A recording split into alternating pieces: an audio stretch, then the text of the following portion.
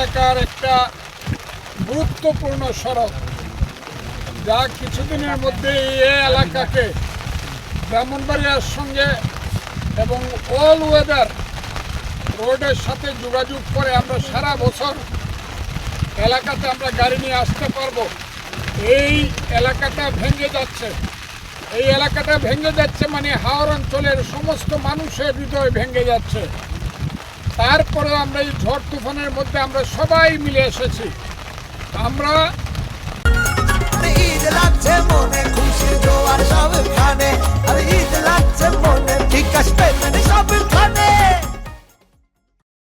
চেষ্টা করি এই ভাঙন রোধ করে এই এলাকার মানুষকে শান্তি দিতে এবং রক্ষা করতে।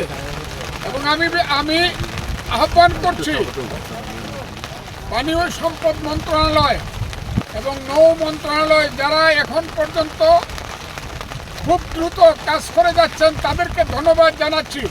কিন্তু এইটাই সব কিছু নয়, আরও অনেক কাজ বাকি আছে। দ্রুত এখানে জিও ব্যাগ আরও ফেলতে হবে কয়েক হাজার। 3টা জায়গাতে, বিশেষ করে নগাঁও গ্রাম, নদীর পার এবং বাঙ্গালপাড়া, উসমানপুর উত্তর বাঙ্গালপাড়া, এইখানে জিও ব্যাগ আরও ফেলতে হবে। আমি ওই ইঞ্জিনিয়ারিং ডিপার্টমেন্টকে আমি বিআইডব্লিউটি আমি অনুরোধ করছি এবং পানি উন্নয়নের মধ্যে দ্রুত এই কাজগুলোর ব্যাপারে ব্যবস্থা নিন।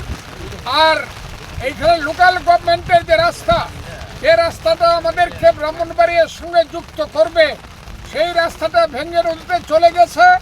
আমি কিশোরগঞ্জের এক্সিকিউটিভ ইঞ্জিনিয়ার সহ এবং এই লোকাল গভর্নমেন্ট মিনিস্ট্রিকে আহ্বান করছি, আপনারা দ্রুত এ ব্যাপারে ব্যবস্থা নেন, তা না হলে এই এলাকার মানুষের সব স্বপ্ন ধ্বংস হয়ে যাবে।